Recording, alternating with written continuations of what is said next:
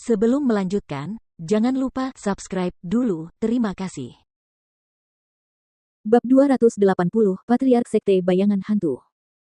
Ketika lelaki tua berjubah hijau, Fan Encheng, melihat Li Fei, wajahnya menegang karena panik. Dia bisa menangani Jie Dong dan Liu Chong sekaligus, tetapi jika ditambah Li Fei lagi, dia pasti akan kalah. Mengambil tindakan nekat, Fan Encheng melakukan serangan diam-diam, meninju dengan kedua tinjunya, membidik Jie Dong dan Liu Chong. Tinjunya menembus udara, kekuatannya berlipat ganda seperti ombak, menghantam pasir. Dalam keadaan waspada, Jie Dong dan Liu Chong berputar dan bergegas melompat mundur untuk menghindari serangan Fan Encheng. Begitu Jie Dong dan Liu Chong menjauh, sebuah jalan terbuka. Melihat ini, Fan Encheng memanfaatkan kesempatan itu, berlari cepat melewati mereka berdua dengan kecepatan kilat. Dalam sekejap, Fan Encheng berada 100 meter di luar jangkauannya. Jie Dong dan Liu Chong sangat ingin agar Fan Encheng tidak kabur, tidak repot-repot menyapa Li Fei, keduanya terbang maju untuk menghalangi Fan Encheng.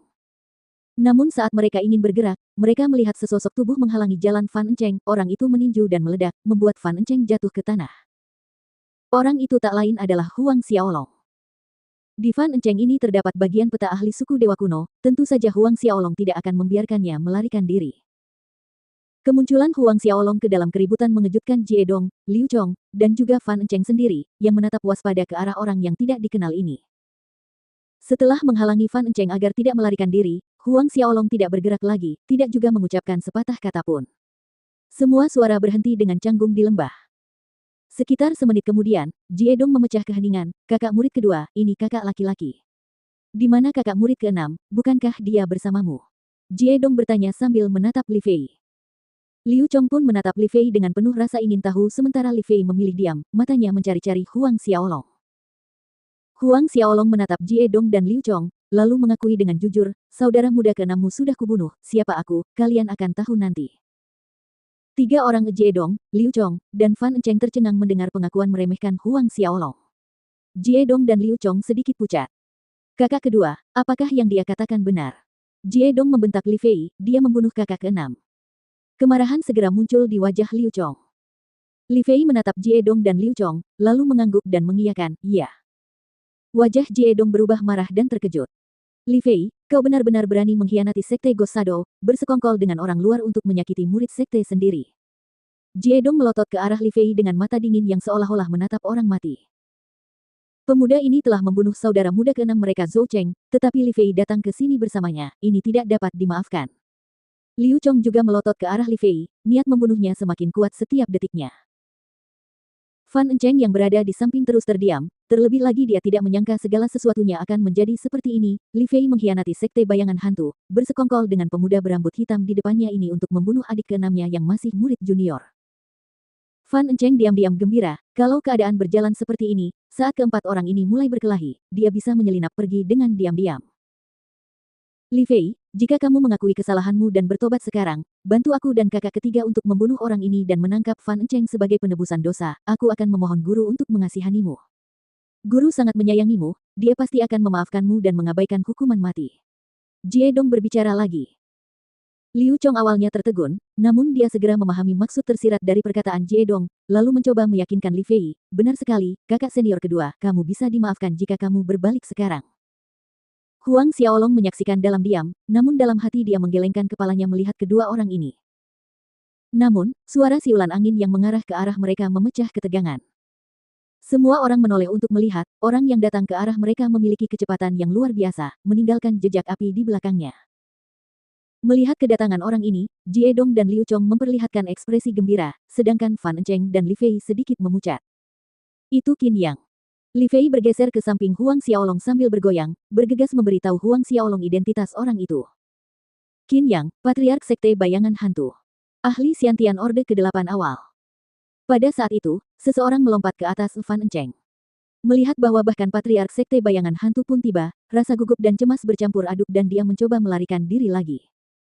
Namun saat dia melakukannya, dari kejauhan, sebuah tombak ungu berputar di langit malam seperti bintang jatuh yang muncul di atas lembah, mengincar Fan Encheng. Fan Encheng yang terkejut, mengayunkan pedang di tangannya, menciptakan tirai pedang untuk menghalangi lintasan tombak ungu itu.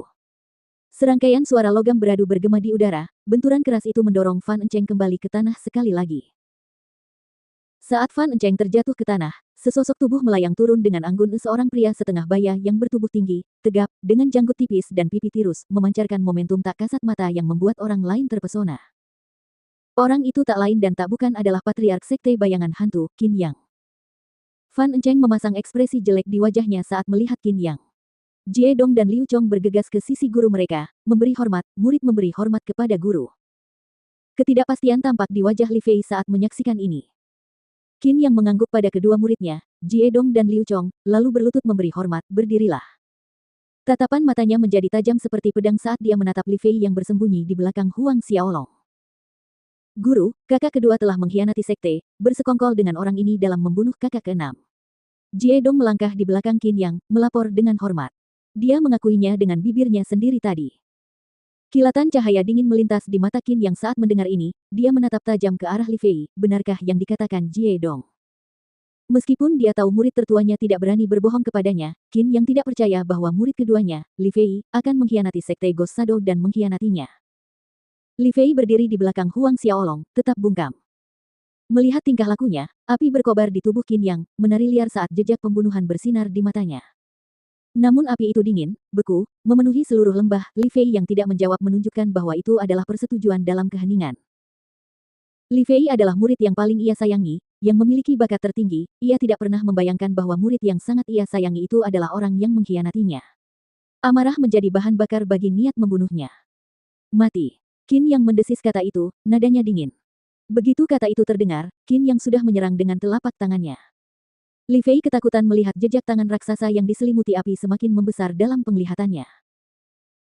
Akan tetapi, ketika pohon palem yang menyala itu hanya beberapa meter di depan Li Fei, dunia pun menyala dalam cahaya keemasan dari ribuan patung Buddha, cahaya Buddha prisma yang bagaikan pelangi bersinar di seluruh lembah, bertabrakan dengan pohon palem yang menyala itu. Sebuah ledakan dahsyat terdengar di lembah itu. Telapak tangan yang menyala itu hancur dan hilang karena benturan. Hasil ini mengejutkan semua orang, mata tertuju pada Huang Xiaolong, dialah yang memblokir serangan Qin Yang. Qin Yang akhirnya mengalihkan perhatiannya ke Huang Xiaolong, ada keterkejutan di matanya seolah-olah dia tidak menyangka seorang pria muda bisa menghalangi serangannya. Jurus yang dia lakukan itulah yang membuatnya terkenal, jurusnya yang terkenal, Heart of Flame Palem, jurus pertempuran tingkat bumi tingkat tinggi. Prajurit ini, kekuatanmu tidak buruk, Qin Yang memuji sambil menatap Huang Xiaolong. Hampir tidak menyembunyikan tatapan tajam di matanya, tapi kamu membunuh murid keenamku, jadi lembah ini akan menjadi tempat pemakamanmu. Pemuda ini mungkin telah menangkis serangannya, tetapi Qin Yang hanya menggunakan setengah kekuatannya pada telapak tangan itu, yang membuat Qin Yang yakin bahwa Huang Xiaolong bukanlah tandingannya. Benarkah? Huang Xiaolong tidak peduli dengan kata-kata Qin Yang. Qin Yang memerintahkan Jie Dong dan Liu Chong, kalian berdua, jaga Fan Enceng, jangan biarkan dia kabur. Tunggu sampai aku selesaikan masalah anak ini dan pengkhianat ini, aku akan datang dan membantu kalian menangkap Fan Enceng. Baik, Tuan. Jie Dong dan Liu Chong menjawab dengan hormat serempak. Siluet-siluet berkedip-kedip menjadi gambar-gambar kabur saat mereka berdua menerjang Fan Enceng. Qin Yang perlahan mendekati Huang Xiaolong dan Li Fei.